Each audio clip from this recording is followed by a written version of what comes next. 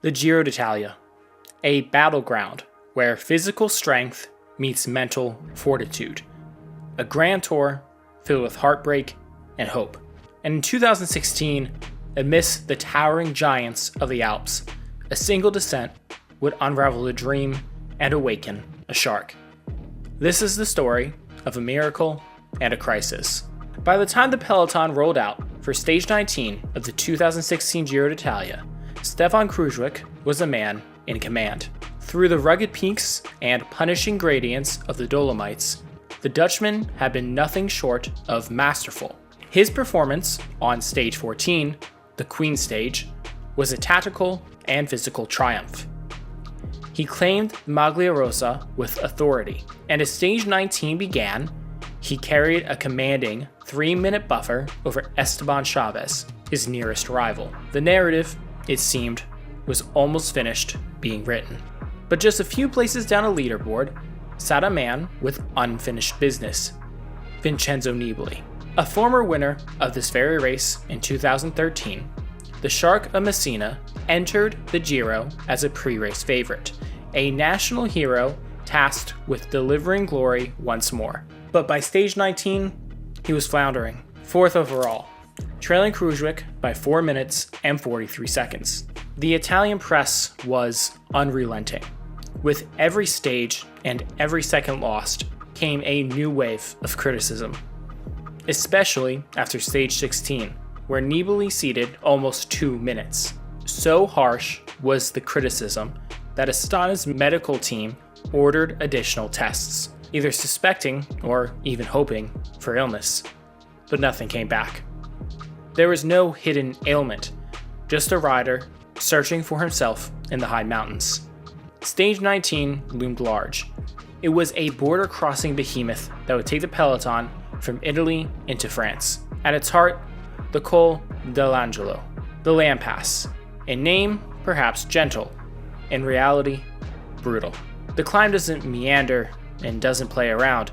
It drags skyward in brutal, straight lines for 5 kilometers, before teasing riders with a brief plateau by a glacial lake. And then it climbs again, relentlessly, parallel to a narrow river, without the luxury of tight hairpins to break rhythm or hide intent.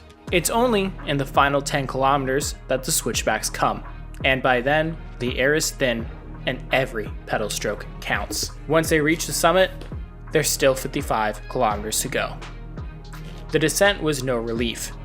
7 steep, treacherous kilometers, followed by a false flat where riders would have to pedal again, all while navigating sections of road punctuated with uphill kicks on the way to the Risol summit finish. Astana came into this stage with a clear plan. 2 riders, including the late, great Michele Scarponi, were launched into the day's breakaway. Their role?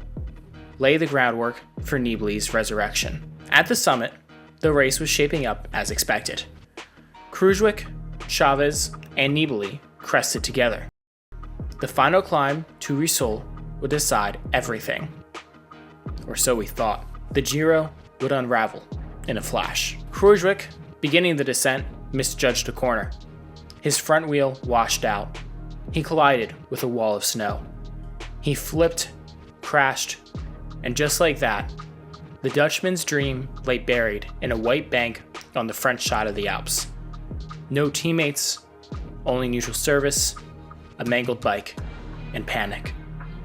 He remounted, he stopped again and again. The seconds bled out like water from a punctured bottle. Quote, "I've lost the Giro. I fucked up everything. It was a stupid mistake on the descent. I just screwed up. My morale is broken. I tried to give it everything, but my body hurts like hell, and so it's all over." Meanwhile, up the road, Nibali was no longer chasing a podium spot. He was chasing destiny. Alongside Chaves, and with assistance from Ruben Plaza and Michele Scarponi, Nibali drove the pace. The group worked seamlessly, knowing the pink jersey was faltering behind. By the time they reached the final climb, the race had changed. The gap wasn't astronomical, not yet, but it was growing. The jersey was slipping from Kruijswijk, second by painful second. At the front, plaza led into the climb. Then Scarponi took the reins. With 9 kilometers to go, Nibali launched his first attack. Chavez responded. They regrouped. Then, with 5 kilometers remaining, Nibali went again. This time, it stuck. Chavez held on for a while, but soon he had to let go. His focus shifted, no longer on Nibali and the stage, but on the pink jersey he might inherit. Vincenzo Nibali would cross the line solo. 2 arms raised. A win, but more than that, a redemption. He had clawed back 53 seconds on Chavez. Kruijswijk lost almost 5 full minutes. The GC was rewritten. Chavez into pink, Nibali up to second, Kruijswijk shattered in body and spirit dropped to third. Quote, "Today I found a bit of feeling again too. Over the years, I've always seen that in the Grand Tours, you can always hope right to the end that something will happen." But Nibali wasn't done. One more mountain stage remained, stage 20, and he attacked with fury.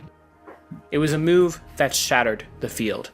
Chavez cracked under the pressure, and by day's end, Vincenzo Nibali, the man the press had buried, rode into the Maglia Rosa. It would become his second Giro d'Italia overall victory. It was a comeback for the ages, and for Italy, a moment of collective exhale and joy. In cycling, the line between triumph and tragedy can be razor thin. Stefan Kruijswijk rode a near-perfect Giro. He controlled the race, matched every challenge, but fate had other plans. And Nibali, he reminded us that the Grand Tours reward resilience, that no one is truly out of the fight until the finish line.